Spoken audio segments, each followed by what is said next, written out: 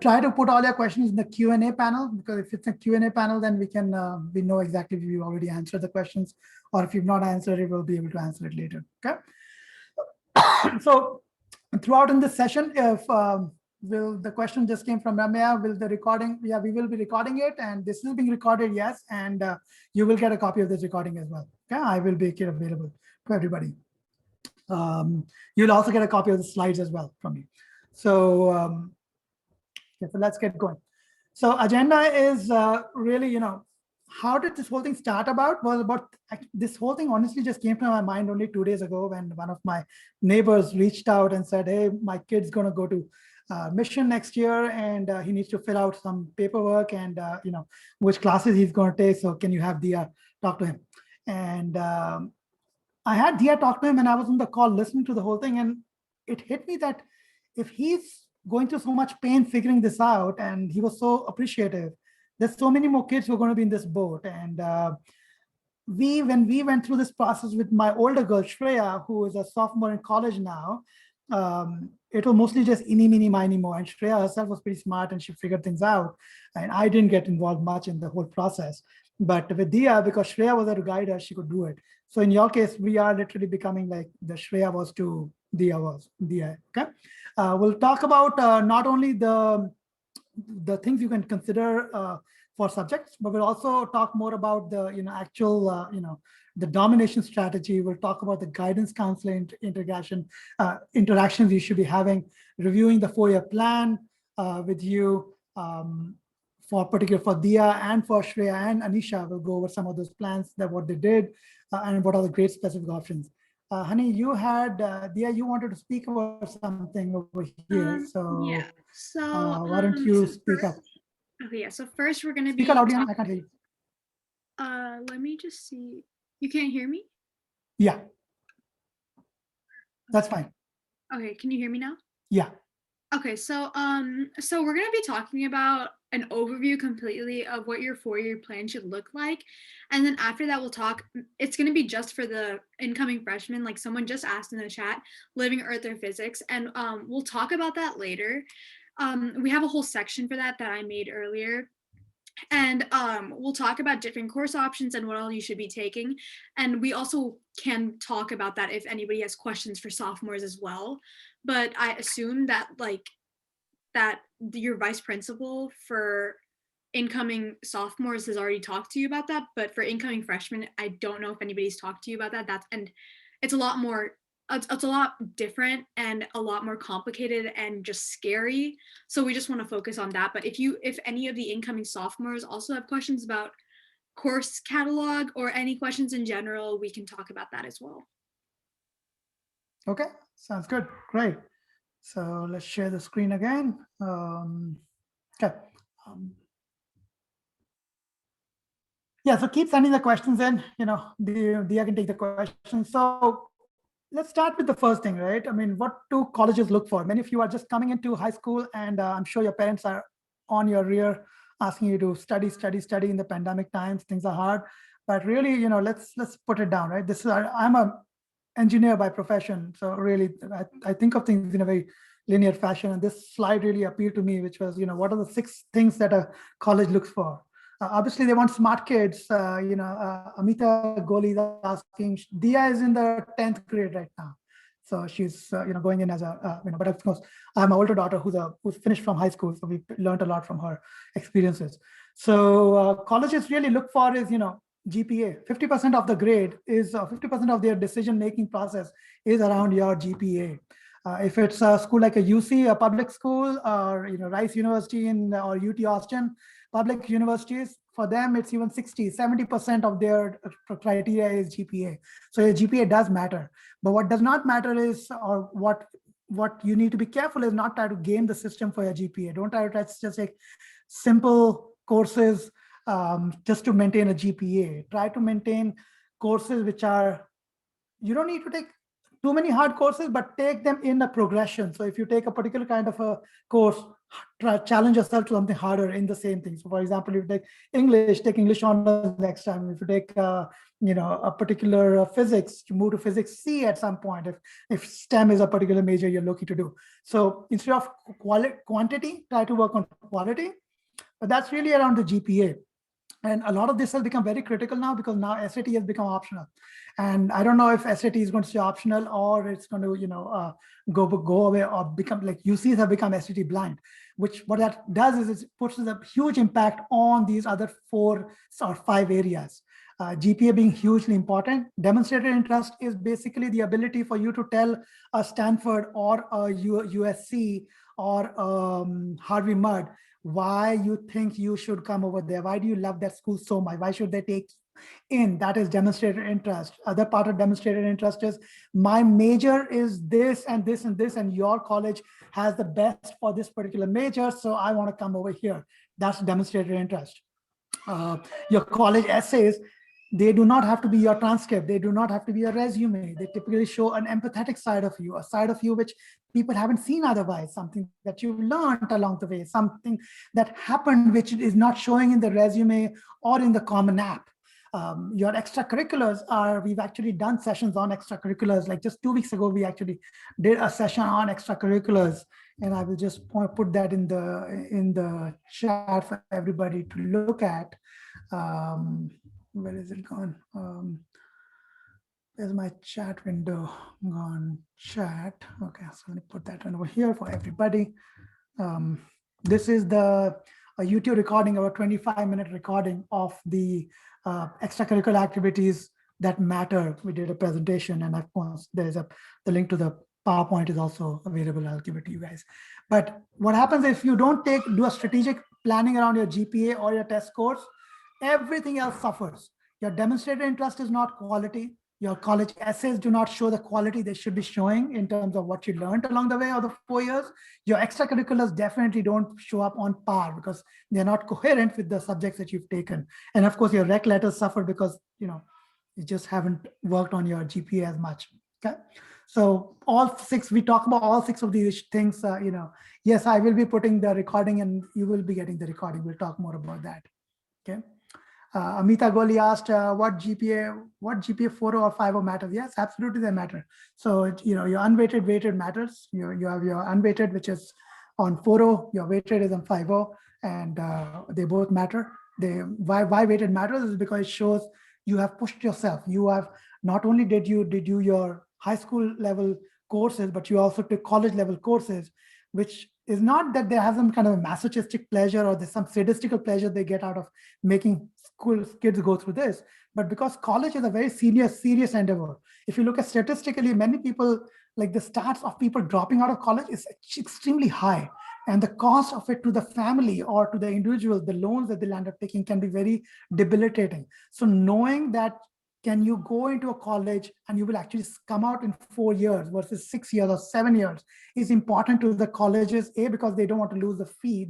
If you drop after 2 years, they can't fill up that seat. But the larger thing is colleges have to report their 4-year average of graduating as a very important criteria. So like when I put together a list for kids in my profession to actually help them with college lists, I actually look at the 4-year graduation rates and the 6-year graduation rates of a particular college. So colleges know that people look for this. Selected students will come to schools where graduation happens in a better time. Like in this case, Shreya, my older one, is on par to actually graduate in 3 years. So we actually plan for that kind of a college for her, which means we can save for the 4th year of college as well. Okay. Hopefully that answered, Amita, the question you were asking about. Ramya asked the question, what's the difference between weighted and unweighted? The difference between the two is, the weighted is when your GPA for your APs, your scores are out of 5, and your non-APs are scored out of a 4. So if you get a B on an AP, that is equivalent to a 4.0, whereas a B on a non-weighted is much lesser. So your weighted GPA tends to go up, and you land up, like Shreya had a weighted of 4.3 or 4.4, and her unweighted was 3.89 or something. Okay, hopefully that answers the question. Okay. Her unweighted was 3.93. Say what? Her unweighted was 3.93. Okay, sounds good. Okay, right. Point well noted. So when we talk about APs, we see this, you will go through this a lot over the next few years. Is people saying, oh, admission, you can't take an AP before the 11th grade, and don't take too many APs or don't take too little of APs. So kids go through this whole conundrum of, what should I do? In fact, APs were not created, like if you see most kids when you look at them, particularly on mission and stuff, when they think of APs, they say, okay, they take APs because they want to stand out in the admission process, which I feel is the wrong reason to do APs. I mean, APs were given to you to broaden your college and career choices so you know what kind of majors you want to take part in. So if you look at all the 37 or 38 different APs, they actually give you a very good peek into what college courses would be like, and you can literally decide your major based on that. So think about those reasons to take APs, not just to game the system and to get a better GPA, get into a better school, because ultimately, if you don't know what you want to do, or if you take a wrong major, you will end up spending a lot of money changing majors, and it's just not a fun experience that you'll go through. Okay. Does honors count towards UC GPA? Dia, why don't you start answering some of these questions, honey? Does honors count towards UC GPA calculation? Honors is not. Honors doesn't count, but you really have to. It depends on the honor you take, because a lot of the honors don't. But you have to look at the course catalog for the class you are taking. Like, I know honors English doesn't matter towards weightage, but honors chemistry does. And then can a kid take AP in 8th grade summer too? You can't take APs in any summer, because the AP test itself is in the spring of the school year. So you could definitely start studying during that year, but you'd have to take it if you're in 8th grade and you're doing it in your 8th grade summer going into 9th grade, you'd take it in your 9th grade school year. Okay, sounds good. Let's keep going, and I know some more questions have come from and then we'll answer for all of the questions for 8th graders regarding like what courses they should take. We have a whole we'll get to that after going over the whole thing, so you can save your questions for then, and we'll explain most of that after. Okay. Yeah, so in fact, if some of the questions come up over here, which we're going to answer later, we don't have to answer them right now. We'll just check it there, okay? But see, the important thing is, dream big. Look at these grades and these electives and this whole process of high school. This is your opportunity, guys, to take the risks and to check yourself out, to push yourself a little bit in a area where you can really make things happen and test the mettle of who you are. When I was growing up, in India, I didn't have any kind of electives and everything. We were just told between arts, science, and commerce. That's all we had to make a decision on, and we just made some wacky decisions. We came out okay in the process, but you have a whole new challenge over here. What I feel like we're trying to amalgamate is like the hardcore STEM-based education in India with the education which we get over here, which is kind of unfortunate. It's got to be let the creativity flow in the kids, and that's what I feel. And if you look at Dia's curriculum that we've created, we've actually planned it after seeing what happened with Shreya, and we'll talk about some of those mistakes we made. This is just my background. I'm a software architect at Salesforce, and computer science bachelor's from India. And I have my own website here called salescoach.com, which is where Dia, myself, Shreya, all of us, we impart knowledge of college admissions to kids. And it's been a lot of fun doing it for us. A big thing that we apply is what's called as the Jugaad philosophy. Jugaad, if many of you are from India, you will know it's a word in Hindi which means a hustler. It means not saying can-do attitude of life. It's something you can see from this guy in this standing. This is a packed train in India. You can see that this guy is not only taking a free ride on the train himself, but he also has his bicycle stuck on the outside. So he's taking a free freight ride as well. So pretty smart, innovative way of getting into a train, or making it for hundreds of miles that he's going in the train. You can also see this guy over here. He's put these are milk cans. Milk is typically transported in India in these kind of cans and large containers. And because the train is not air conditioned from inside, it's a hot place, India, milk can go bad. So you put these cans of milk outside, so it stays cool when with the train moving. So it's a pretty creative way things are done. Unfortunately, or fortunately for you, because the system has become so complicated in the US with the college admissions, you do need to find these smart ass ways out to break the glass ceiling. Okay. And that's really what we advocate as a concept. We've got a great attendance. My goodness, we have 41 people right now. I think we have more people attending than we were recorded in the Zoom. So, or when my initial registration. So this is great. Makes me feel awesome that so many people are attending. Okay. So this is Shreya's background. You can see how many APs she took, but don't just go by the APs she took. And she's a good, smart kid. But man, I literally got her from the jaws of a bad phase of life. She took all her APs in the 11th grade and 12th grade. The problem was that in the process, she nearly drove herself crazy, uh, drove me completely crazy, and she would not take no for an answer. And then she landed up taking some of these self-studies in the 12th grade and doing APs herself in the 12th grade, which meant her college application suffered. She did not apply for any merit scholarships, which is huge for all of us. Let's face it, people on this call are not from a unprivileged background. Most of you have, a fairly good, the household income is more than $120,000, $130,000 a year, which means none of you will qualify for financial aid, which means you all have to apply for merit scholarships. And so use your time wisely, kids, to apply for merit scholarships, which means writing essays and stuff, and taking APs which are in line with what you want to do.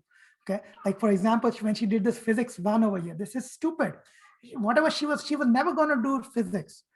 She was never going to be going in that field. I don't even know why she took this physics over here. AP Lit, there was no need for this AP Lit. This is a hard AP to take, okay? But she landed up doing it. And it looked interesting, but she could have been better off taking maybe computer science AP along the way, which could have been in line with what she's doing right now, which is computer science. But she didn't do it. That's a problem. Hopefully you guys will not do that. This kid, Anisha, is another one of her friends. She's her business partner. They work with me together. They run a internship program for high schoolers, which we can tell you about. Dia, in fact, if you can put in the link, the Python research program website, just put that in there so people can see what they do. You can also find like all of this information on our Instagram and the website for Sales Coach. Okay, all right. So but this kid did the other way around. She took very few APs in 11th grade, but then she killed herself with APs in the 12th grade, which means she didn't have time for her college applications. Okay, this kid should have gone into a better school than Northeastern. Okay, she's so smart, but she did. I mean, she's still very, very smart kid, but that's just a perspective. ACT versus SAT. You can see this kid she was struggling with SAT.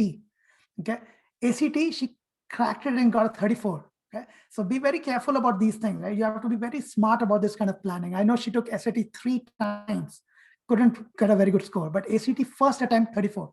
Had she spent the time upfront to plan for this, to saying is ACT the better one for me versus SAT, she would have known the answer sooner. Okay, there's some learning for all of you because you are all going to go through that phase very soon.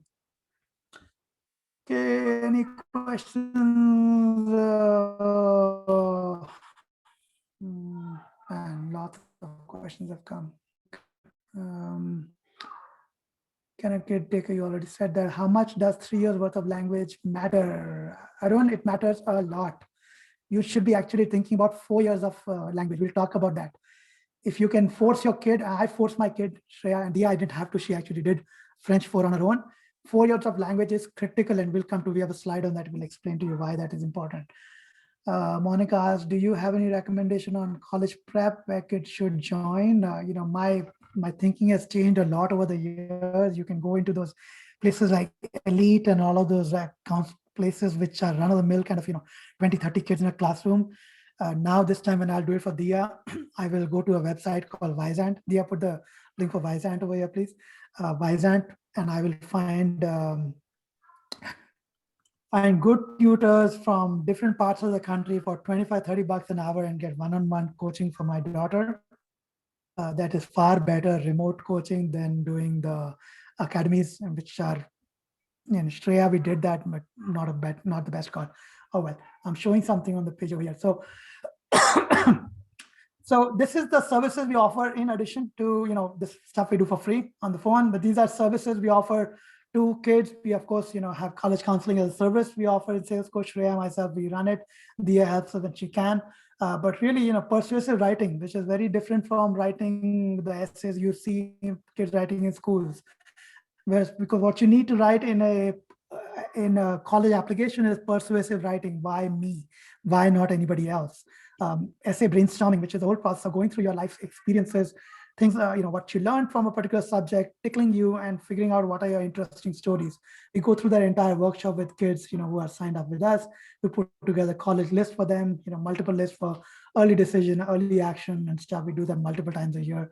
We also put together an entire college plan for their majors, the particular research of universities, campus tours, planning for the financial planning part of it as well.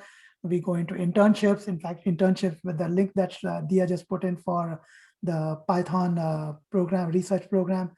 Honey, there's no link to that one. Yeah, that whole thing should have been, I think, because I just got it off of the website and. Yeah, I'll put it. Yeah, okay. So some of the questions we're gonna get to, what a good balance of APs are. We're gonna talk about that soon. And for self-studying in APs self-studying in APs means that you take it yourself. You don't take the course in school, but you take it on your own and then you take the AP test. So you're just doing it on your own. That's what a lot of people do, because for missions and where I go, you aren't allowed to take APs until junior year, and people want to start taking it in freshman year. So then they self-study. And then for a summer course, we have it linked in the chat, which is one good one, which my sister is actually doing for Python, which we've already gotten many signups for. So they're gonna most likely fit. She has limited ones because she doesn't want to take upon too many students. But so if you guys are looking into Python, you can sign up for that. And then Papa, do you want to talk more about summer courses that they can take? Yeah, I mean, we're not going to cover much of that here. I've actually put the websites are fairly my own Sales Coach talks and details. I just put a link to if you want to schedule time one-on-one with us to know more details, happy to go over that. But the website is very self-explanatory. We make all of our content for free available. In fact, we make this part. This is a very interesting Google Classroom that we believe you all should take part in. In fact, this presentation will be posted, and the recording both will be posted on this this thing. Hold on. This is the Google Classroom for you all to sign up for. Just get into the Google Classroom, guys, and you will get a link to the when I put the recording, you will get you'll get an assignment from the system. So if you look at this Google Classroom, we've put in a lot of content over here, which is specific to your, not only for this work you're doing here, but for extracurricular or for your applications for colleges, or for how do you write essays, the entire process. We will go through that whole thing with you. For some reason, this is giving me trouble here. I'll bring this up later. Okay, all right. Someone had asked, what is the online tutoring service? We sent it in the chat. It's called Wisant, and the link is in the chat for that. Yeah, so Wisant is the service there. This is the Google Classroom for freshmen. When you can see, there are a lot of action plans, details. We put assignments over here, assignments that will come out on a particular date. Like you can see, these assignments are scheduled to go out on a particular date. These will all come to you as assignments. If you want us to review something that you've done, we're happy to look at it. But again, everything we make available is for free, so you can actually just, in theory, get away without having to have a counselor altogether. But if you need some help, we are here to help you out as well. Okay, so sign up for that course. Okay, next we'll be going into the domination strategy that you need to apply as a part of applying to get the grades. First is, we're going to talk about who your competition is, then the high gospel, what you need to do for your grades to make sure they look qualitative versus just quantitative. But really, how do you outsmart somebody else in your classroom who is, who you are being measured against. You're not going to be measured against John Doe from Alabama. You're going to get measured against another kid from Mission High. Pretty much, that's how the admission counselors weigh. Well, they weigh the kids from the same classroom. Okay, and what does it mean to have a performance progression across the 4 years? We'll talk about that. So this is your competition. Okay, somebody who looks very much like you is in your classroom, and not trying to be stereotypical, but that's what it is. What you want to make sure is these are game stakes. This is what you will walk out with from your high schools after 4 years or 3 years. Okay, this is what you will look like. Your challenge is to change this and to do better than this. Better doesn't have to mean you have to have more GPA or more APs. It means playing it smart, playing it a little differently. The game has to be played differently versus doubling down on more. Okay, because that takes away a lot of your experience from you, and it actually is not healthy ultimately for what you're going to become. And it'll show in your essays, as I talked earlier. You don't have to go, you have to just outrun the dude before you, right? It's a bad story. And apply that logic and you'll see what I'm getting at. The gospel is really, grades is, don't be boring, guys. Your grades, your 4 years should be fun. It should show something about your extracurriculars from what you learned in the classroom while doing physics or chemistry. It gave you an aha moment where you applied it into some project or in some extracurricular, which you show in your essays, which your recommendations show with the teacher or from your guidance counselor, which shows in some ways, as you're going through with your extracurriculars. So make it quality, okay? Make it relevant, meaning it should try to, I don't care if you change your major, but somewhere in your mind, you like history or you like math or you like science, like when I was an 8th grader, when people would ask me, what are you going to do? I'll say, I'm going to become a doctor, because that was the most important thing. People in India would get super impressed when I said that. I landed up becoming an engineer, which is, farther away. But by 10th grade, I knew, goddamn it, that I'm going to be an engineer. By 11th grade, I used to tell people I'll become a computer science engineer going in the merchant navy in India. That's what I would say. That fine-tuned, right? But Shreya was very clear where she's going to go. She wanted to go to become a chemical engineer. So in some of the ways, she wanted to go to a liberal arts school and do chemical engineering. I don't know how she came up with a wacky idea, but that's what she wanted to do. So we were able to show our demonstratory interest exactly in that direction. Dia, on the other hand, wants to go and become a lawyer. So we're planning all her stuff so she can showcase and make her APs relevant to becoming a lawyer. That's just what it is. So, that's what we're going to do. And then be consistent, right? Consistently show your progression over years. We're building stuff like, we say the same thing about extracurricular activities, and this slide was stolen from that same tag. But be consistent in your grades in terms of, if you did physics A here, do physics C afterwards, or if you're doing your English, do English honors after that, or just make sure, and then ultimately finally do what motivates you. It's very, very critical. You have enough frustrations, you have enough problems to deal with in the world yourself as kids. I mean, I feel for you kids what you go through in your life. So do what motivates you, okay? Don't just follow what your parents tell you. And I tell the other same thing. Don't follow what I say. It's you live your dreams your way. Okay. Next slide. Academic rigor and the AP dilemma. You will all face this dilemma, to be or not to be, to take more. How many APs should I take? At Harvard, a friend of mine is admissions counselor at Harvard. He's one of the admissions officers there. The maximum number of APs they saw in an application come in was 18. I'm not kidding you, 18. They got an application where the kid had done 18 APs. Did you get it? No. Because all it means after a few APs, like 4-5 APs, is you are very good at cramming shit. That's what you are, excuse my French, but that's what you're good at. It's not showing quality. In fact, Harvard gets, again, this is again from the same guy, which was Harvard gets, so they admit about 800 kids in their classroom. They get 3 times the number of applications from just valedictorians, kids who've done a 4.0 in the high school. So if they wanted to fill up a classroom with just of valedictorians, they would have to increase the class size 3 times over. Yes, they want kids who can handle academic rigor, but they also want a balanced class, right? They're not looking for people to just game the system. So this is a holistic question, what is the importance of a balanced workload? It shows your maturity towards life, because if you see in Harvard and in these schools, half the kids walking around are bloody depressed. They're depressed not because of anything else, they're on medication because they have overstressed themselves over. And obviously, these schools don't want the kind of incidents they'll end up getting into in these schools. So having a balanced workload tells them, A, that this kid is going to be sane in college. He's not going to be a depressed kid walking around. He's going to finish in 4 years versus 5 years. He's not going to drop out. That becomes critically important. This is my third seminar today I'm doing, so I don't know if I'm repeating my words. But if you drop out, the school doesn't get money for all the 4 years. There's another video I will actually share with you of Malcolm Gladwell talking about how a third of the class at Harvard drops out every year, okay? A STEM class. Guess what that does to Harvard? By the time they finish 4 years, they might not have enough kids in the whole classroom. So they will always want kids who are not crazy about studies, but who they can believe can get them enough money, get the full money that they applied for. These are businesses. These are not charitable organizations. So treat them like businesses, and then you'll be fine. Okay, that's how you got to plan for that. Is it better to get a A in a regular class versus a B in a AP course? Depends. I think you're better off with a B in a AP course.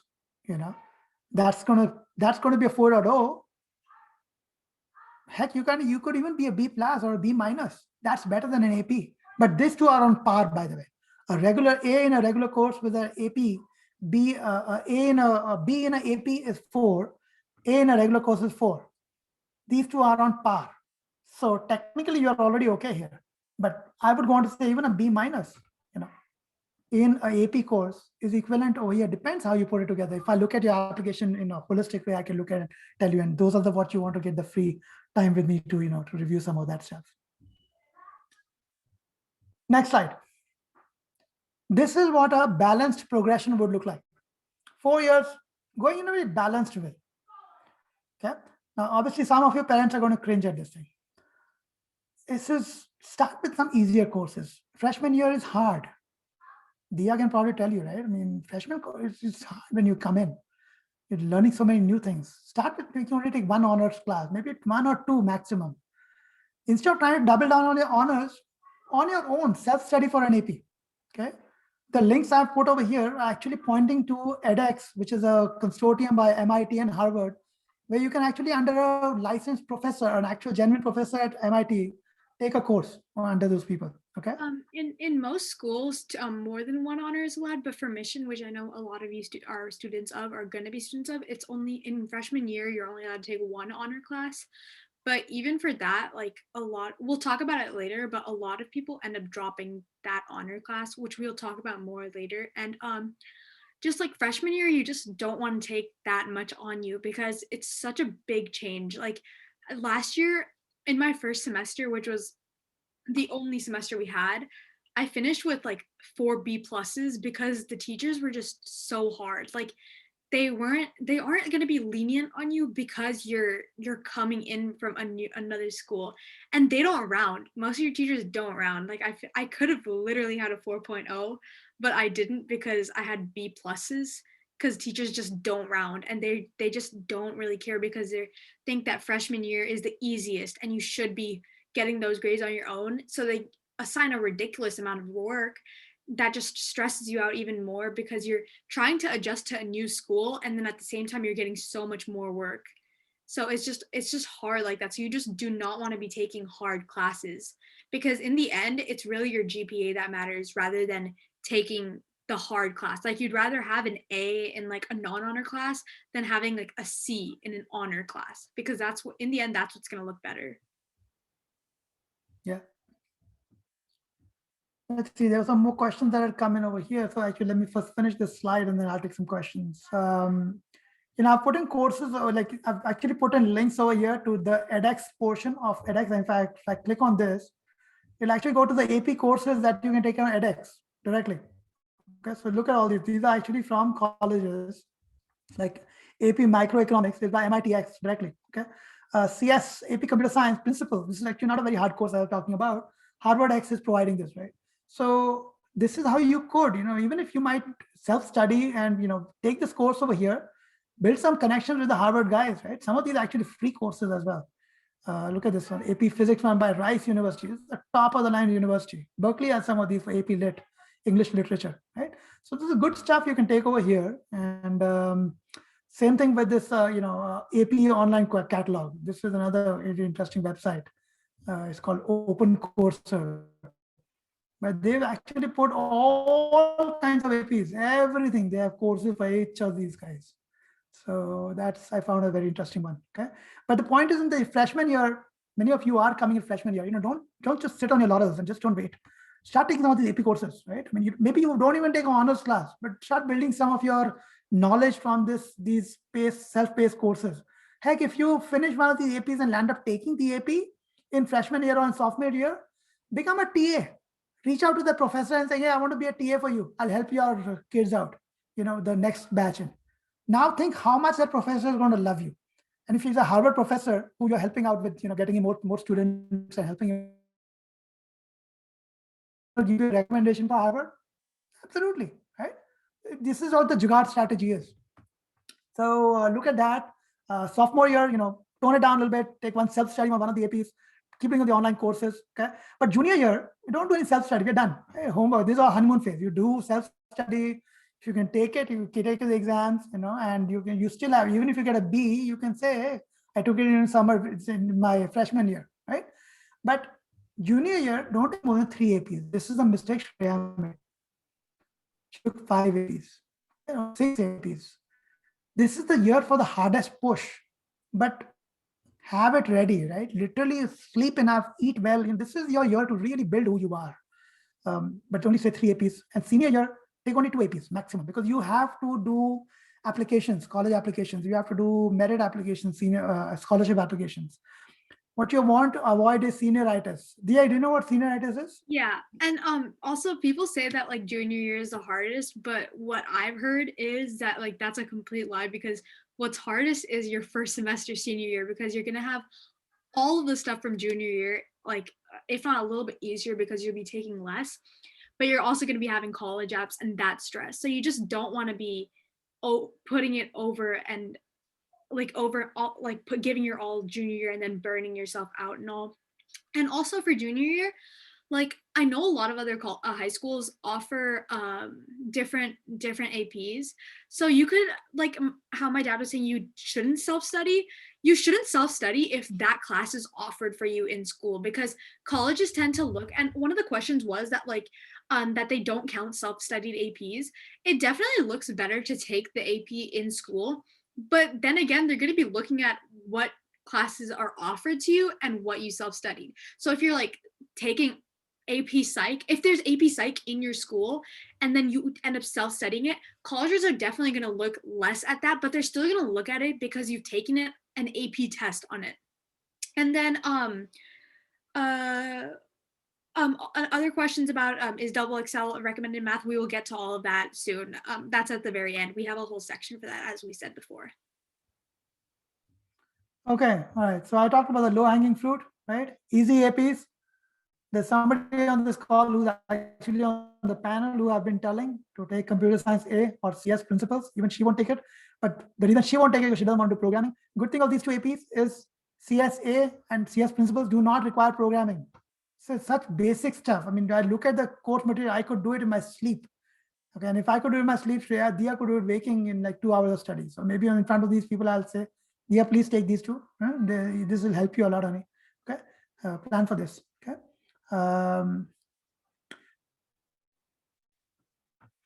Okay. The other thing I talk about is build a, focus, instead of taking too many classes or taking hard subjects. One thing I see is people don't build a bond with their teachers. You work your tail off, guys. They're going to give you good recommendations, and recommendations have to be blind, firstly. Okay. And make sure you build a bond with one STEM teacher, one liberal arts teacher, maybe one of your, music teachers. Build a good relationship so you know they're going to give it to you. They're going to do the recommendations, and this guidance counselor who manages 300, 400 of you together in the one class. You need a relationship with this person. And the way you build this relationship is putting on his email saying, "Hey, Mr. So-and-so, I need to talk to you." And I have a whole section in my my classes where I talk how to build a relationship with a guidance counselor. Most important thing is cash is king in this country. So you basically send Amazon cards to the teachers and to your guidance counselor at least twice a year. More the merrier. Money pays off like really well in this country. this is what your recommendation should sound like. I have some amazing recommendation letter samples available. Imagine in your mind the dude or the teacher is writing a recommendation letter. How will it sound like? You want all these words in there, literally reverse engineer the process. If this is what you want them to write about, then you be all these things. You tell them this is what I'm doing for you. So they write all these things about in your recommendation letter. This is what our kids don't land up doing. They focus too much on the GPA. They don't focus on these things, recommendation letters. Somebody asked this question earlier about 4 years of foreign language. Is it worth it? 100% it's worth it, especially if you're looking to go to a good school. If you're going to go to UCs or to a public school, sure, you don't have a problem. You don't need it. But for even there, it's needed because it is a differentiation. It shows the depth of knowledge because the 4th year of language is where you land up. Dia, what was 4th year like? Was it literature? What was it? How different was 3rd year from 4th year of So language for I'm you? in my 4th year of French right now, and I can't say like that it was I don't have the entire experience as it's online obviously, Yeah. but it's been definitely challenging. But my plan was that I wouldn't take too many hard classes this year, and then I would take this one really hard class, which is French 4. And I'm so glad I did that because I got all hard teachers. Like I didn't get a single easy teacher this year. So I'm like, it's a lot easier to manage than if I took honors English, honors chem, and all of that because I can just put my main focus on honestly, like I thought that this would be my main focus because it's such a hard class, but really my main focus has been like history this year because I've had such a hard teacher. And you wouldn't think history would be what you're focusing on, but like it's you kind of have to plan it out like that. Like you're going to take harder classes, and if that makes sense, like you're going to take harder classes and you just have to balance it out with your other classes. And the 4th year hasn't been too bad. It's mainly been just it's kind of just like going over everything and more orally speaking. But I've heard for Spanish, which a lot of you will be taking rather than French, it's mainly projects and it's really hard. So you just need to, and also like how you need to make sure you know your stuff. Like you can't just go in having a B or a C grade to your 4th year of language. Like a B I think it would be fine. Like I had a B plus in French last year, and then I finished with an A in the second semester because it was online, so it was a lot easier. But if you don't understand it, you can't expect to do well in it because this is such a higher it's such a big leap going from the 3rd year to the 4th year. So you need to be very prepared for that, and you need to know your stuff because you would rather take your art requirement in sophomore year and then be able to take a fun class in junior and senior year when you're already so stressed and finish your art requirement sophomore year, then take your 4th year of language if you're going to finish with a C or a D in that class, because that's not going to look good at all. Like for me, if I would knew that I wasn't going to be able to get an A in French 4, I would not have taken it because I'm not going to ruin my GPA just so that it'll look better, because it's not going to look better if you take French 4 and you have a C in it rather than taking digital photography and getting an A on it. Obviously digital photography is going to look better. So there's no point of taking the 4th year of foreign language if you don't know it, if you don't know your stuff, if you won't be able to put in the work for it, if you have other focuses, all of that. You need to take all of that into account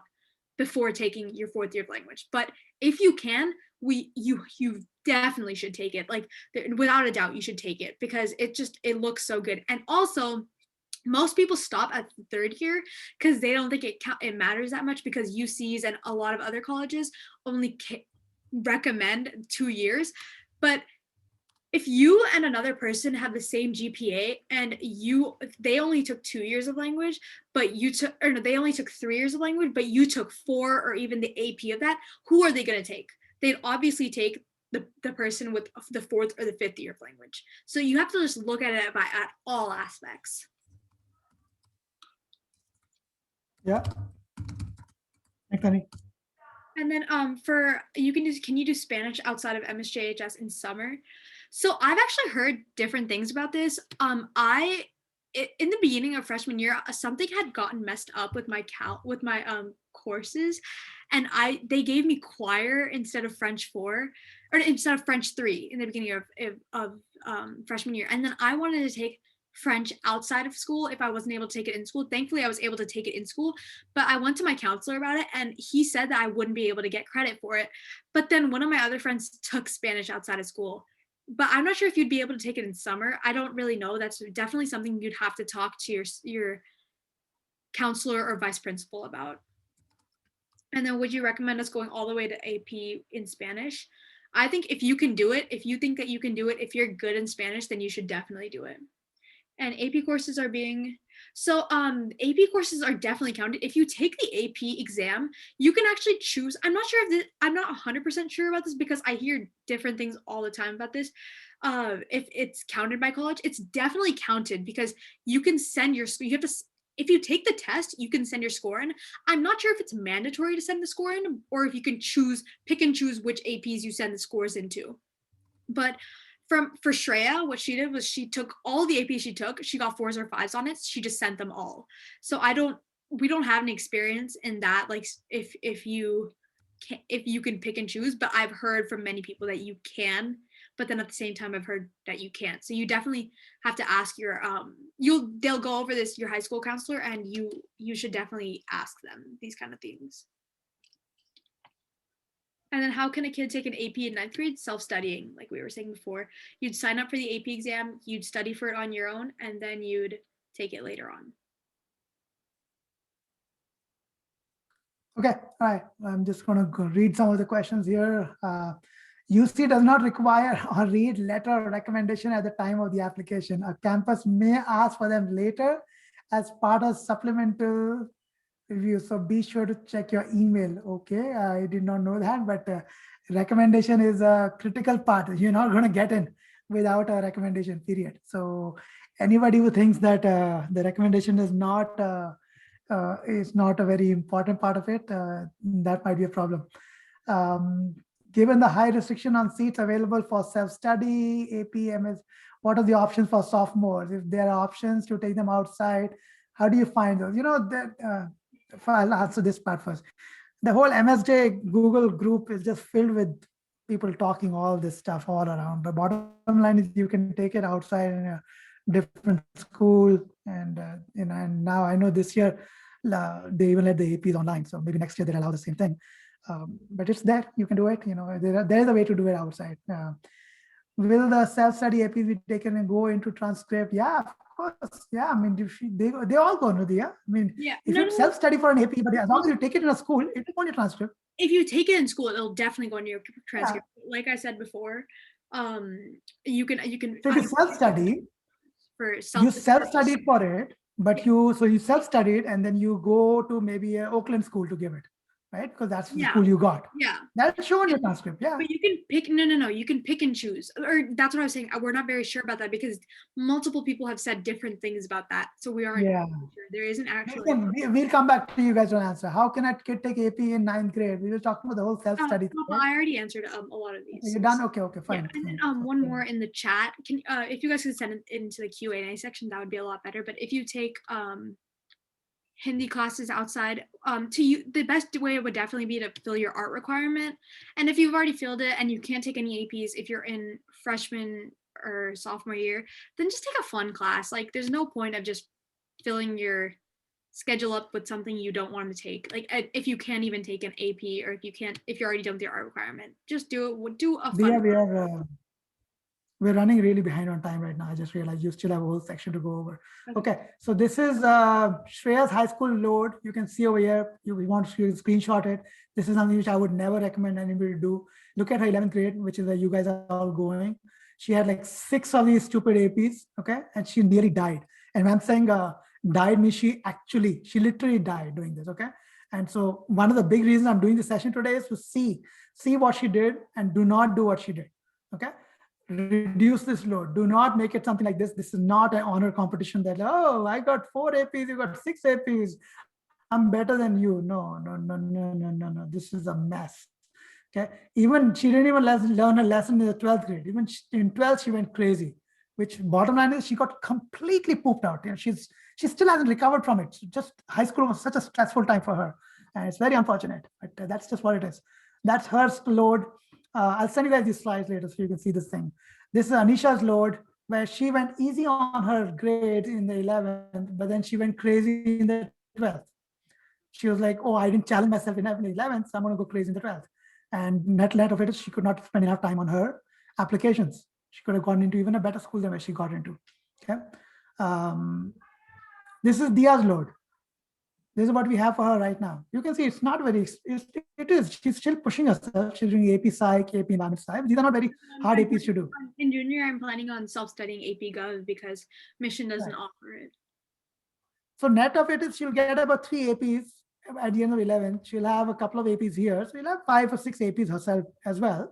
Which is, as well. Anji, what's that? I'll be self-studying a couple in as well. So we'll figure it out, but it's like, it's not going to be an earth-shattering, STEM resume, but she wants to go to law school. In fact, we have one question over here. What do you recommend for law school? This is what we are doing for her for law school. So, and again, we've talked to multiple people. We think this is good enough for her. Ultimately, you're not going to go to law school in undergrad. Undergrad is really a time to explore yourself, and you'll go to law school in. You have to go to it's your best option is to go to a feeder school, which is a feeder school to a law school, which is another session I can do on what feeder schools are. Okay. This is the plan sections. There's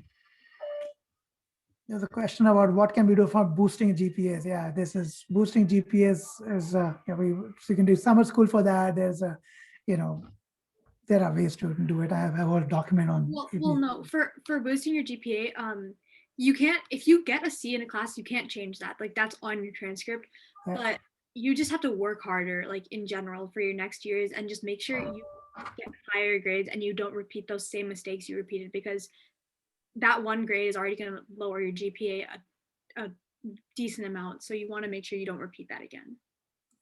Right. Okay. So good thing is I'm also seeing the applications. I can see all people are already putting time on my calendar, which is fantastic.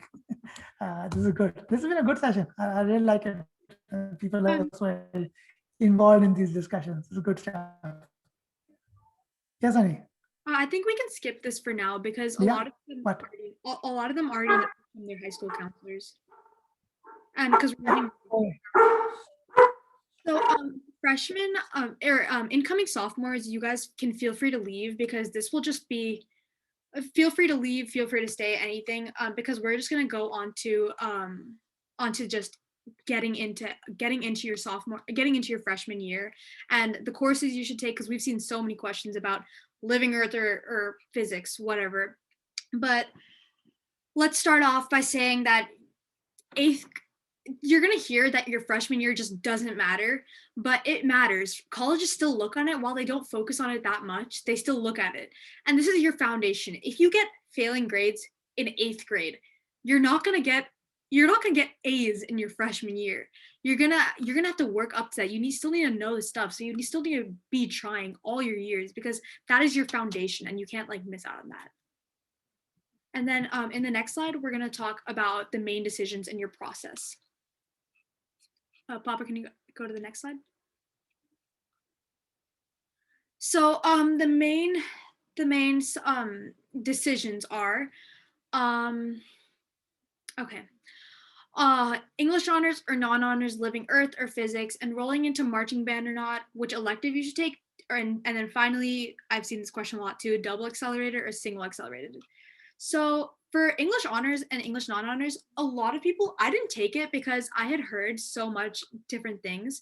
Because so in 9th grade, there's one very easy teacher who is easier than the honors teacher, but then there are 2 very hard teachers who it's almost, I've never met someone who has gotten an A in Mr. Bogman's class, he's insanely hard. He's a very good teacher, but it's a very hard class. And you really need to think, do you want to major in English? Will you end up dropping it in the future?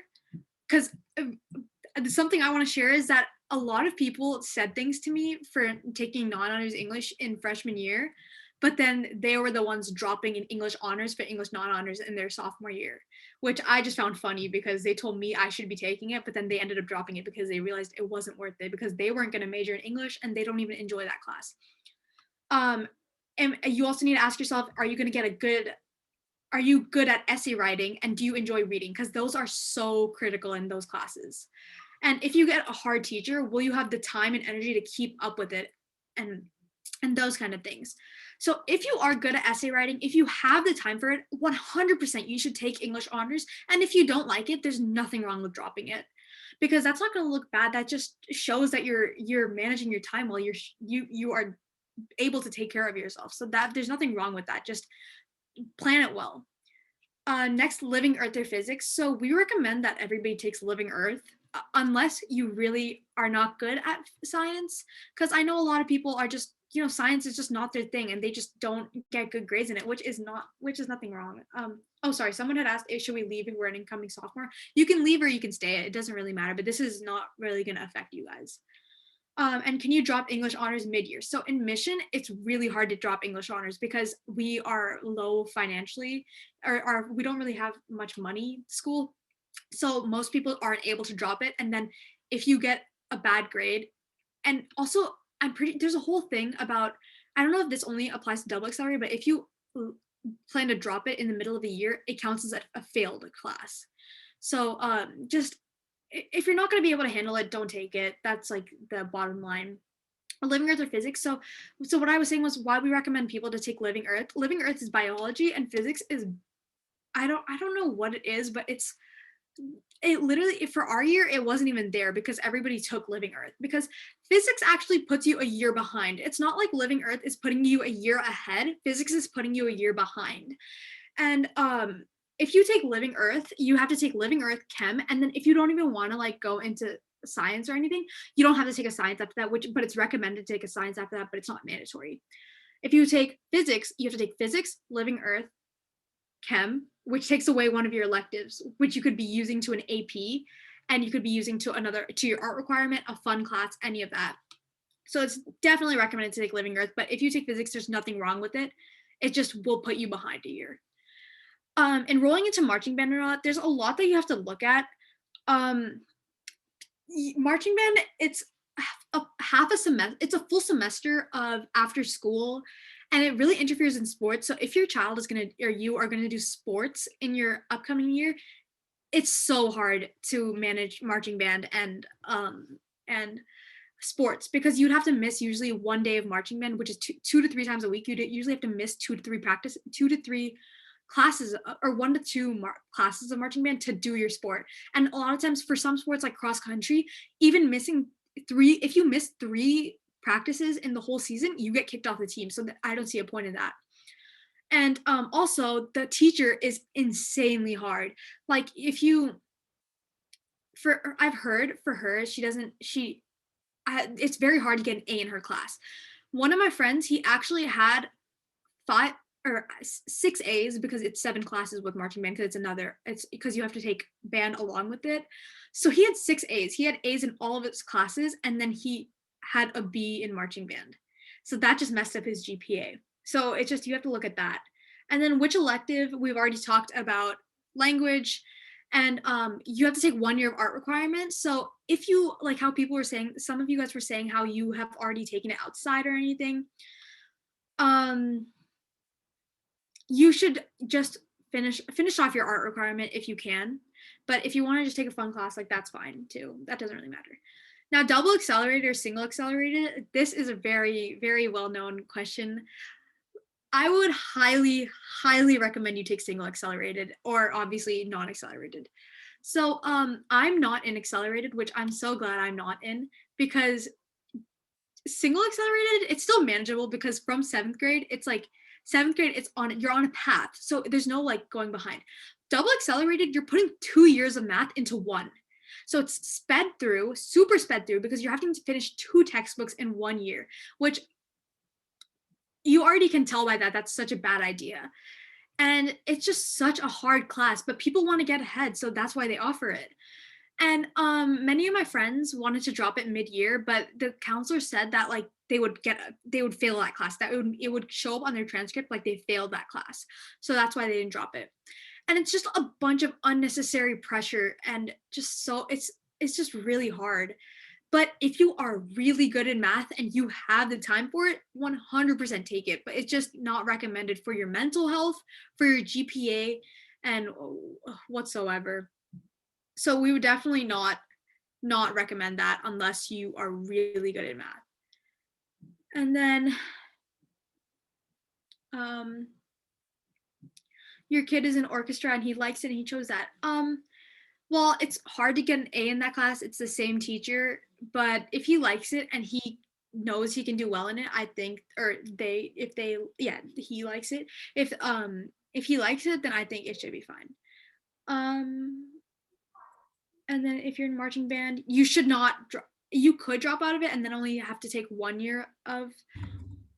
You would only have to, if you take marching band freshman and sophomore year and then you drop it going into junior year, that means you have 2 years. That means you have that's squished into one semester, one year of PE. So you only have to take 1 more year of PE. So if you want to, that's fine. But I feel like if you've already taken 2 years of marching band, it's smart to keep it going so that you can also show on your transcript consistency. And that I just don't feel like it's worth it if you've already given 2 years. Like it's 2 more years and I think you can do it. But if you really are not enjoying it, then definitely drop it. Why is marching band difficult? Because it's not difficult, it's just time consuming and you can't do sports it's very hard to manage sports with it, and it's hard to get a good grade in that class as well. If there are no more questions, then I think we're done. Okay, just take one more look at everything and then we'll open up for Q&A. Take a look at whatever's left in the questions. So if you've answered all of them, then we're fine. If not, then you can raise your hands, guys, now. I mean, if anybody has a question, just raise a hand in the chat room and we'll open it up to you. Someone has one more question. Cannot thank you enough. Really do appreciate this. One question. What is the 7th hour elective in 9th grade? So it can't actually be a fine art because I'm not sure if marching band is a fine art.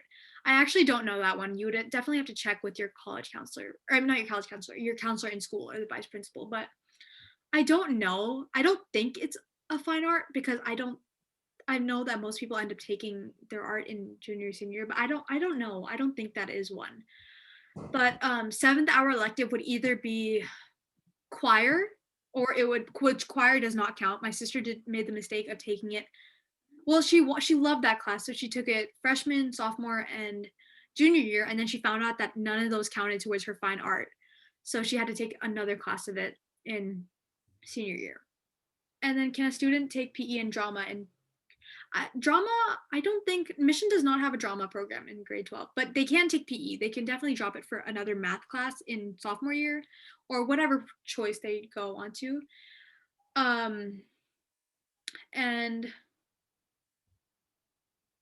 And yeah, so they can definitely take it. It's called Club Fit in Mission. If we take marching band, would we have time to do? Yes, you would definitely have time to have other clubs. I think you would definitely have time about for art clubs. For other clubs, but sports would be hard because sports are right after school, and if you have meetings right after school for marching, which it would be hard to manage. And then about art requirement is just you have to take digital photography, digital imaging, art, ceramics, those kind of classes for 1 year just to fulfill that one requirement to graduate. I'm not sure if orchestra counts as fine art, and double accelerated is geometry and algebra 2 combined in one class.